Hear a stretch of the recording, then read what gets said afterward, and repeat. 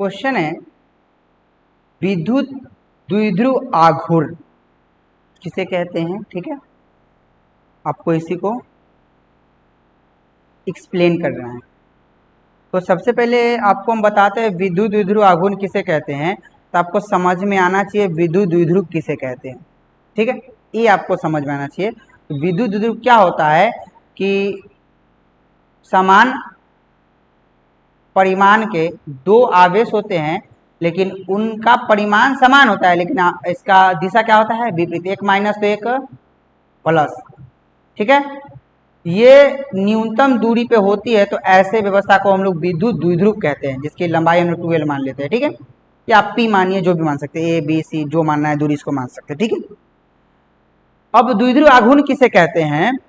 तो किसी विद्युत द्विध्रुव में, ये आपका क्या आ गया, किसी विद्युत द्विध्रुव में, ये आपका विद्युत द्विध्रुव है। किसी विद्युत द्विध्रुव में किसी एक आवेश का परिमाण और उनके बीच के दूरी के गुणनफल को हम लोग विद्युत द्विध्रुव आघूर्ण कहते हैं। ठीक है, परिभाषा एक बार देख लीजिए इसका क्या है। किसी विद्युत द्विध्रुव के किसी एक आवेश का परिमाण, किसी विद्युत द्विध्रुव के किसी एक आवेश का परिमाण तथा उनके बीच के दूरी के गुणनफल को विद्युत द्विध्रुव आघूर्ण कहते हैं। इसे P से सूचित करते, किसे करते हैं, P से सूचित करते हैं।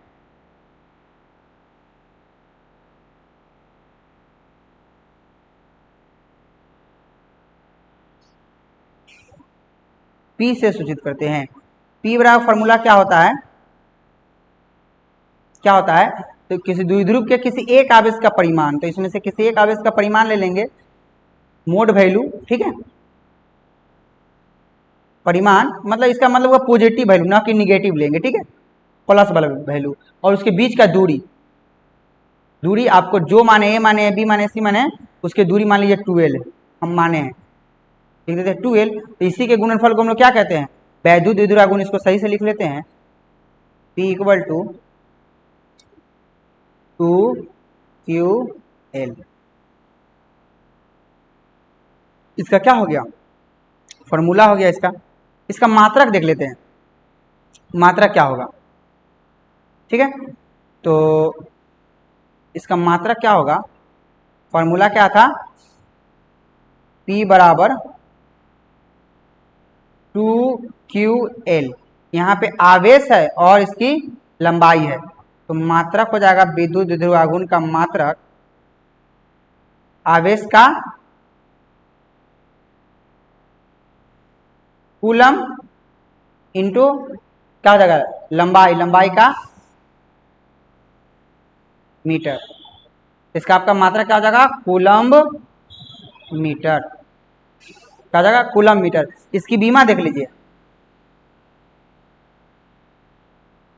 विद्युत द्विध्रुव आघूर्ण की बीमा क्या हो जाएगी, तो आवेश का मात्रक कूलम होता है, इसकी बीमा क्या होती है, AT,